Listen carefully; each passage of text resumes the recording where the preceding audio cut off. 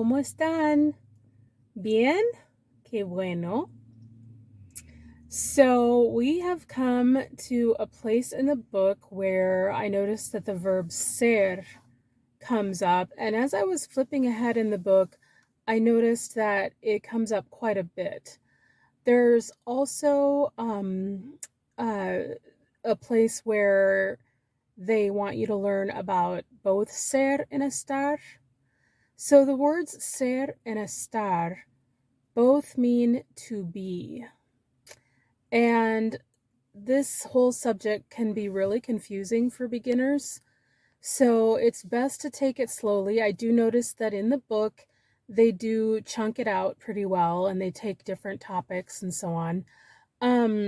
But I want to give you some recommendations today about the differences, where you can find the differences between ser and estar, and just some easy ways to learn about them.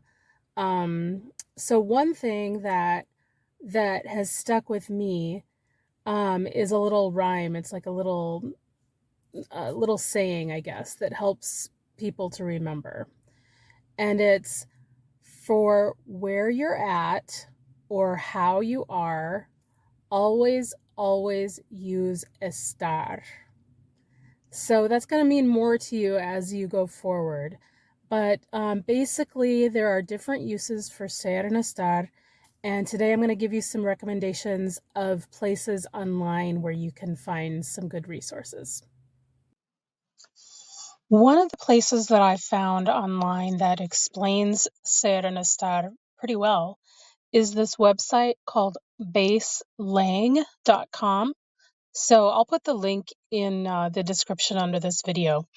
But if you look at this website, they explain the difference between the verbs ser and estar, and they actually mention the doctor acronym that I put on the previous page, and they explain how that works and the uses of ser. And for estar, they talk about position, location, action, condition, and emotion, which backs up the little rhyme that I mentioned in the previous page as well.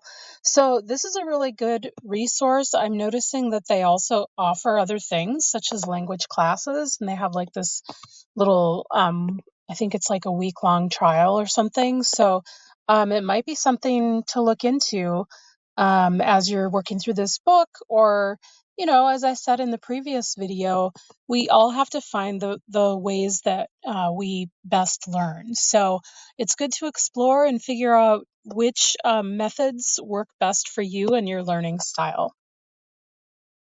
Okay, so because we are starting to talk about verbs, I would be remiss if I did not mention conjuguemos.com.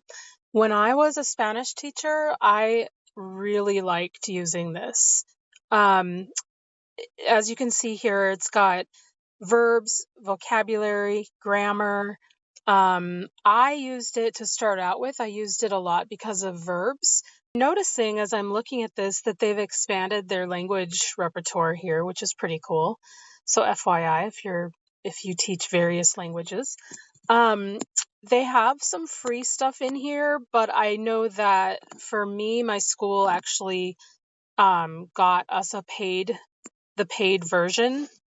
So you'd have to look into it because I'm not sure what's all included nowadays with this. But one thing that I did really love is that with the verbs, they have games, quizzes and all these different things that make it kind of fun for the students. So if you're a teacher, this is a really good resource, and if you're a learner, because I think it's fun no matter how old you are. If you can find some of the free resources in here as you're learning verbs, especially, this is a great resource. One thing I loved also was that there's listening practice. So I'm going to pause this so that I can get to that.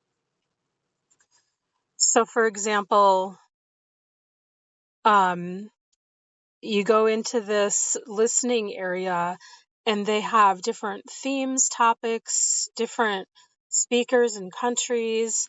And it's just really cool. You can do a lot of listening practice with these. So, yeah, this is a really good resource.